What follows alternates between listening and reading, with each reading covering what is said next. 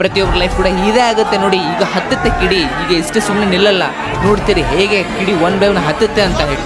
ಬಿಹಾರದಲ್ಲಿ ಎಷ್ಟೋ ವಿದ್ಯಾರ್ಥಿಗಳು ಎಕ್ಸಾಮ್ ಬರಿಬೇಕಂತ ಹೇಳಿ 300-500 ಕಿಲೋಮೀಟರ್ ದೂರ ಪ್ರಯಾಣಿಸ್ಬೇಕಂತ ಹೇಳಿ ಟ್ರೈನ್ಗೋಸ್ಕರ ಕಾದು ಕೂತಿದ್ದಾರೆ. ಟ್ರೈನೇ ಬರಲಿಲ್ಲ, ಎಕ್ಸಾಮ್ ಮಿಸ್ ಆಯಿತು.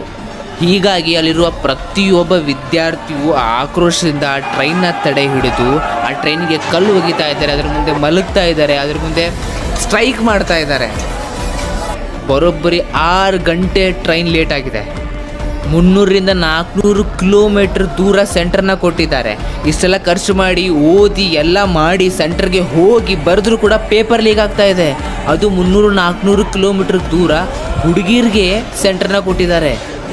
ಇಷ್ಟೇ ರೀ ನಮ್ಮ ಇಂಡಿಯಾ. ಇಷ್ಟೇ ನಾನು ಹೇಳ್ತಾ ಇದ್ದೇನಲ್ವ, ನೀವು ಯಾವಾಗ ಎಜುಕೇಷನ್ ಇರುವಂತಹ ವ್ಯಕ್ತಿಗಳನ್ನ ನೀವು ಪಾಲಿಟಿಕ್ಸ್ಗೆ ಎಂಟ್ರ್ ಆಗ್ಲಿಕ್ಕೆ ಬಿಡೋದಿಲ್ವೋ, ಜಾತಿ ಅಂತ ಎಲ್ಲಿ ಮಟ್ಟ ನೀವು ಹೋಗ್ತಾನೆ ಇರ್ತೀರೋ ಅಲ್ಲಿವರೆಗೂ ಬರೆದು ಕೊಡ್ತೀನಿ. ಇದೇ ಆಗೋದು, ವಿದ್ಯಾರ್ಥಿಗಳ ಲೈಫ್ ಕೂಡ ಹಾಳಾಗೋದು, ಪ್ರತಿಯೊಬ್ಬರ ಲೈಫ್ ಕೂಡ ಇದೇ ಆಗುತ್ತೆ ನೋಡಿ. ಈಗ ಹತ್ತುತ್ತೆ ಕಿಡಿ, ಈಗ ಇಷ್ಟೇ ಸುಮ್ಮನೆ ನಿಲ್ಲಲ್ಲ. ನೋಡ್ತೀರಿ ಹೇಗೆ ಕಿಡಿ ಒನ್ ಬೈ ಒನ್ ಹತ್ತುತ್ತೆ ಅಂತ ಹೇಳಿ.